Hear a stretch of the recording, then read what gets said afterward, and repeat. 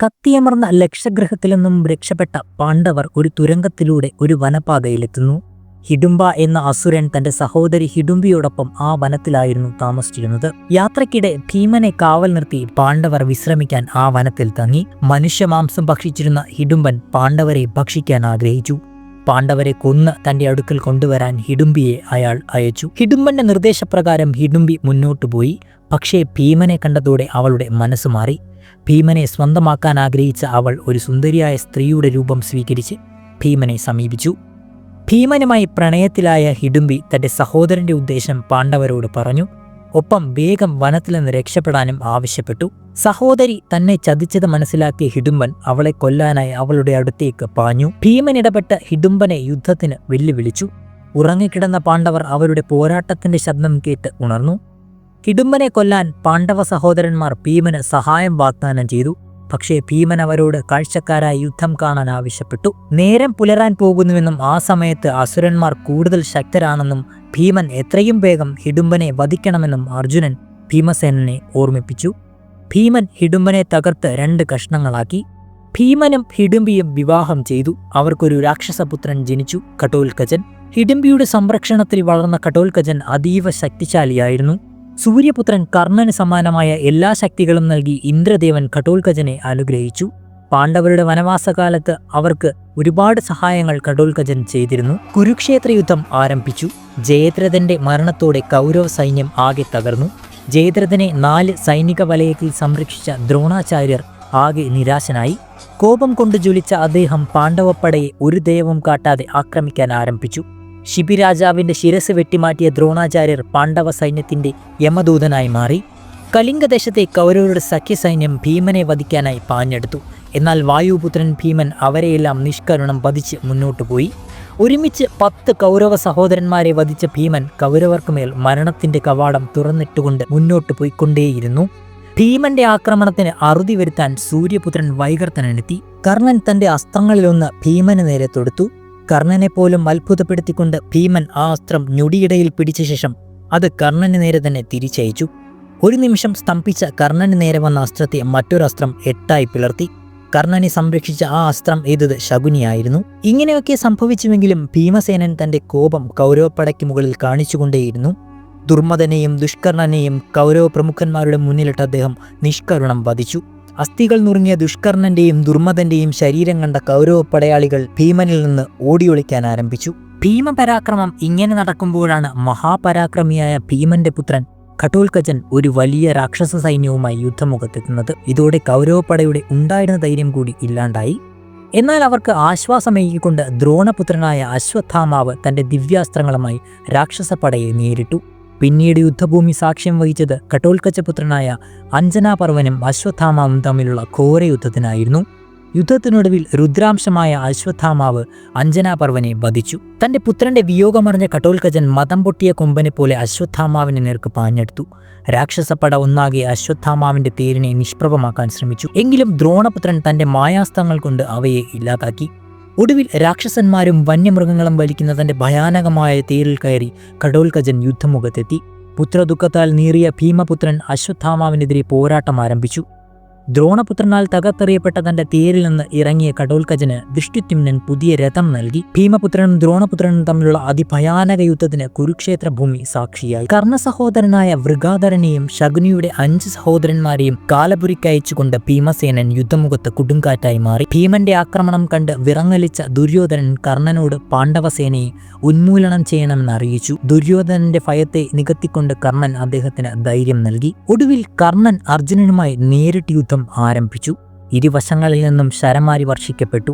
അർജുനന്റെ അസ്ത്രങ്ങൾ കർണന്റെ കുതിരകളെയും രഥത്തെയും തകർത്ത് തരിപ്പണമാക്കി. കൃപരുടെ തേരിൽ കയറിയ കർണൻ യുദ്ധം തുടർന്നു. അർജുനൻ മാറിയപ്പോൾ സഹദേവൻ കർണനുമായി ഏറ്റുമുട്ടി. കർണൻ സഹദേവനുമായുള്ള യുദ്ധം ഒരു കുട്ടിക്കളിയായി കണ്ട് പൊരുതി. ഒടുവിൽ നിന്റെ തലത്തിലുള്ളവരോട് മാത്രം നീ യുദ്ധം ചെയ്യുക എന്ന് ഉപദേശം നൽകി കുന്തിക്ക് നൽകിയ വാക്കിനുമേൽ സഹദേവനെ മടക്കി അയച്ചു. രാധേയന്റെ ശരമാരിയിൽ പാണ്ഡവപ്പട ചിന്നിച്ചിതറി. യുദ്ധമുഖത്ത് സൂര്യപുത്രന്റെ അട്ടഹാസം മുഴങ്ങി.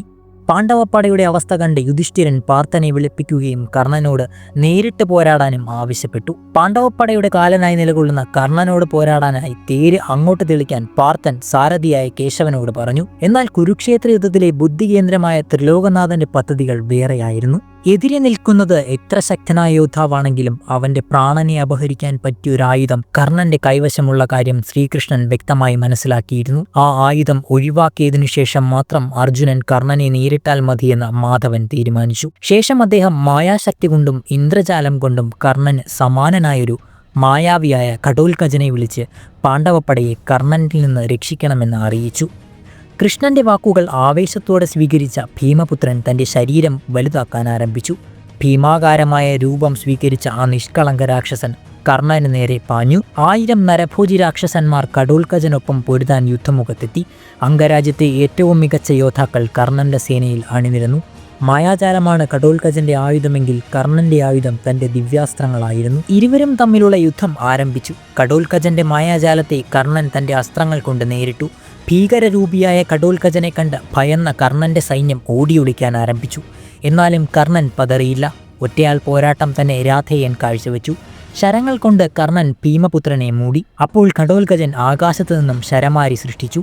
അതോടൊപ്പം അനേകായിരം ശിരസുകൾ ധരിച്ച് കർണന്റെ ശരങ്ങളെ വിഴുങ്ങാൻ തുടങ്ങി.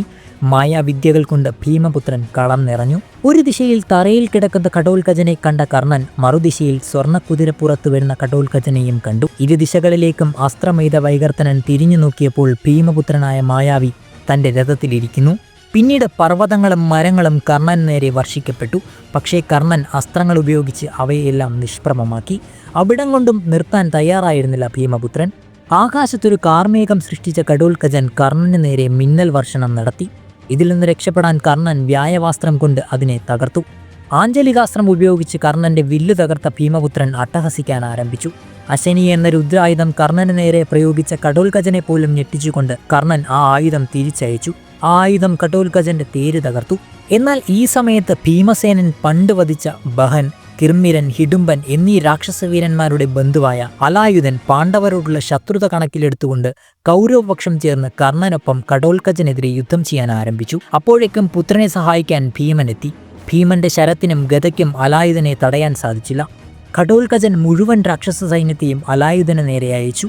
അങ്ങനെ അതൊരു രാക്ഷസ പോരാട്ടമായി മാറി. അലായുധൻ പാണ്ഡവപ്പടയെ ചവിട്ടിഞ്ഞിരിക്കുന്നത് കണ്ട ഘടോൽകജൻ അവനെ ദ്വന്ദ്വയുദ്ധത്തിലൂടെ കീഴടക്കി. ശേഷം തൻ്റെ വാളുപയോഗിച്ച് അവൻ്റെ തല തൻ്റെ രഥത്തിനു മുൻപിൽ കുത്തിവെച്ചു. കോപം മൂർധന്യാവസ്ഥയിലെത്തിയ ഭീമപുത്രൻ കൗരവപ്പടയെ നശിപ്പിക്കാൻ ആരംഭിച്ചു.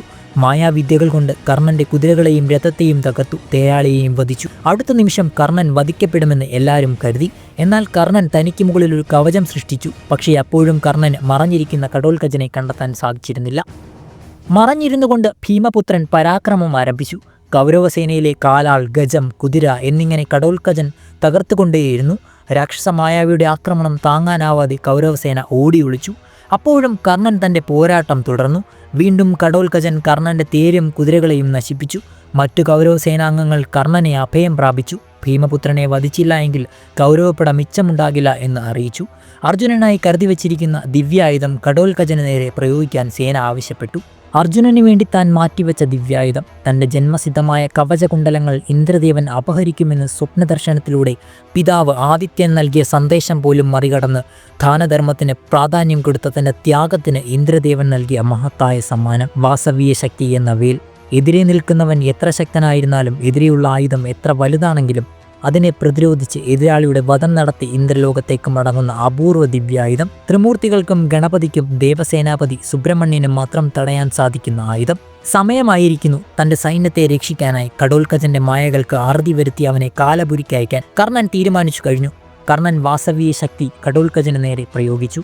ആ ദിവ്യായുധം ആദ്യം ഘടോൽകജന്റെ മായാജാലങ്ങൾ മുഴുവൻ തകർത്തു. ഘടോൽകജൻ നിർമ്മിച്ച മുഴുവൻ അസുരന്മാരും മായാമൃഗങ്ങളും അപ്രത്യക്ഷമായി. കർണന്റെ വാസവീയ ശക്തിയെ പ്രതിരോധിക്കാൻ ഭീമപുത്രന്റെ മായാജാലങ്ങൾക്ക് സാധിച്ചില്ല. വാസവീയ ശക്തി ഘടോൽകജന്റെ മാറു തകർത്തു. തന്റെ മരണത്തിലും പാണ്ഡവർക്ക് സഹായം ചെയ്യാൻ ആഗ്രഹിച്ച ഭീമപുത്രൻ തന്റെ ശരീരം ആകാശത്തോളം വലുതാക്കി. നിലംപതിച്ച ഘടോൽക്കചന്റെ ശരീരത്തിനടിയിൽപ്പെട്ട് കൗരവ സൈന്യം ചിന്നിച്ചിതറി. തന്റെ ദൗത്യം പൂർത്തിയാക്കിയ വാസവീയ ശക്തി തിരികെ ദേവലോകത്തേക്ക് മടങ്ങി. എന്നിരുന്നാലും ഭീമപുത്രനെ വധിച്ച കർണനെ കൗരവസേന ഒരു ദൈവമായി കണ്ട് ആരാധിക്കാനും തലയിലേറ്റാനും ആരംഭിച്ചു. വാസവീയ ശക്തി നഷ്ടപ്പെട്ട കർണൻ നിരാശനായിരുന്നുവെങ്കിലും തന്റെ സേനയെ രക്ഷിക്കാനായ സന്തോഷത്തിൽ അദ്ദേഹം ആശ്വസിച്ചു. ഘടോൽക്കചന്റെ മരണം പാണ്ഡവർക്കിടയിൽ വലിയ ആഘാതം സൃഷ്ടിച്ചു. ഭീമനോളം ഘടോൽക്കചന് പ്രിയപ്പെട്ടവനായിരുന്നു യുധിഷ്ഠിരൻ. ഘടോൽക്കചന്റെ വിയോഗമറിഞ്ഞ് അദ്ദേഹം കർണനെ വധിക്കാനായി പുറപ്പെട്ടു. പക്ഷേ ശ്രീകൃഷ്ണൻ അദ്ദേഹത്തെ തടഞ്ഞു. തന്റെ പുത്രനെ വധിച്ച കർണന്റെ പുത്രനെ വധിക്കുമെന്ന് ഭീമസേനൻ ശപഥം ചെയ്തു. ഘടോൽക്കചന്റെ വിയോഗത്തിൽ അതീവ ദുഃഖിതനായ അർജുനൻ നിലത്തിരുന്ന് വിലപിക്കാൻ ആരംഭിച്ചു. പക്ഷേ ശ്രീകൃഷ്ണനെ മാത്രം ദുഃഖിതനായി കണ്ടില്ല. വിലപിക്കുന്ന അർജുനനോടായി കൃഷ്ണൻ ഈ വിധം പറഞ്ഞു: വിലപിക്കരുത് ധനഞ്ജയ, ഇവയെല്ലാം നേരത്തെ വിധിക്കപ്പെട്ടവയാണ്. ഇനി നിനക്ക് ധൈര്യമായി വൈകർത്തനനെ നേരിടാം. വാസവീയ ശക്തി ഇന്ദ്രലോകത്തേക്ക് തിരികെ പോയിരിക്കുന്നു.